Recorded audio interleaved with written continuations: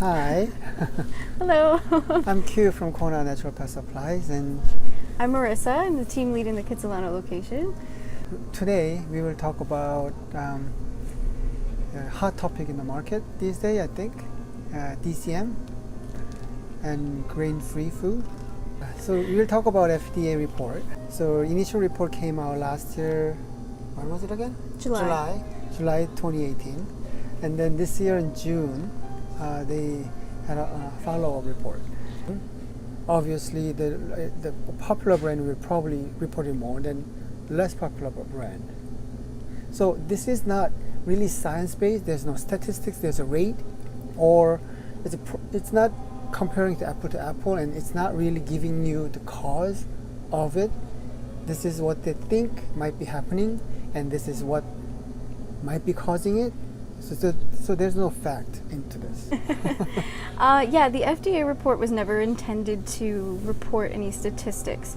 So there aren't any correlational values. They just have a frequency of the number of cases that were reported to them by basically patients, dog patients, who ended up developing dilated cardiomyopathy, but were also on grain-free foods. So these are just frequencies, they're just numbers, they're not even percentages.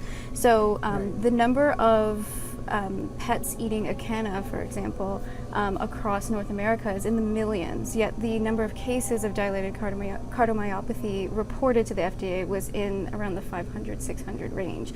So when you look at that percentage-wise, it's an incredibly small percent of the number of pets who are actually consuming this food, which means that it was incredibly irresponsible to report only frequency values and also try to come off as, claiming that there's some sort of correlation.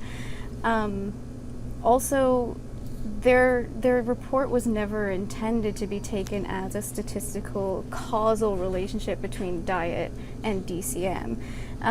What they're saying is that we have an elevated number of reports of DCM and we're going to investigate it. They never intended for it to be taken as fact and causal. So for the public to sort of interpret it as such is erroneous and quite dangerous, because a lot of people will think that they need to switch their dogs onto foods that could potentially be quite unhealthy and lead to a whole number of other health related issues as based on actual research. Just all the kibbles, regardless of brand, kibble need to be baked. Basically, it's a cookie with a lot of meat in it. So in order for you to make the cookie, you need a carbohydrate to bind those together. If you put all meat, they'll become a hamburger. They will break down. They're not going to stick hard, and they are not going to be easy to handle. So no matter what, if you want to make a kibble, you have to have a carbohydrate, and whether you want to use grain or legume or potatoes, root vegetables. These are the choices now. There's another school of thought, thinking, where this heart disease is related to taurine amount. If you put legume instead of meat, obviously it'll have a different amino acid profile.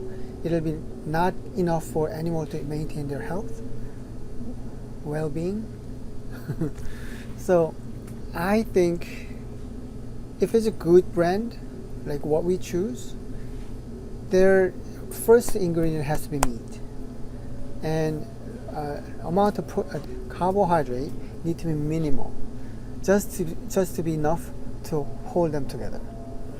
Because carbohydrate is causing a lot of problems, especially with dogs and cats, because they are, obligated carnivores, and dogs are adapted carnivores.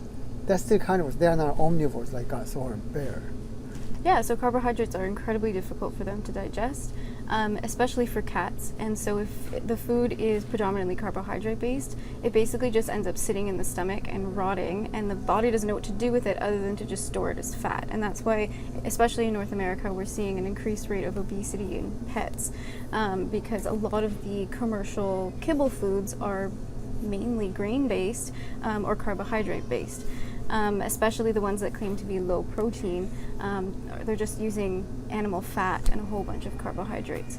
So for any food that you're looking at for your pet, always make sure that it's going to be high quality protein and predominantly protein, having meat, organ, and bone, because that's what's required for carnivores. In the past, I think whenever there's a recall, there's a problem, I always saw these kind of problems from kibbles. I'm not saying all the kibbles are bad. There's excellent food out there, and it's really convenient.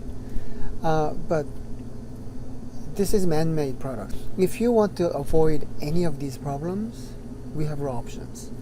Raw food is basically raw. It's not processed at all. These manufacturers, all they do is mix meat and a little bit of vegetable to balance out some nutrients. There's that option. We carry what we believe in. So if you don't believe in the ingredient, if you don't stand behind the product, we don't carry it. So you can shop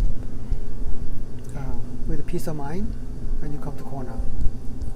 Thank you for watching. Bye. Bye.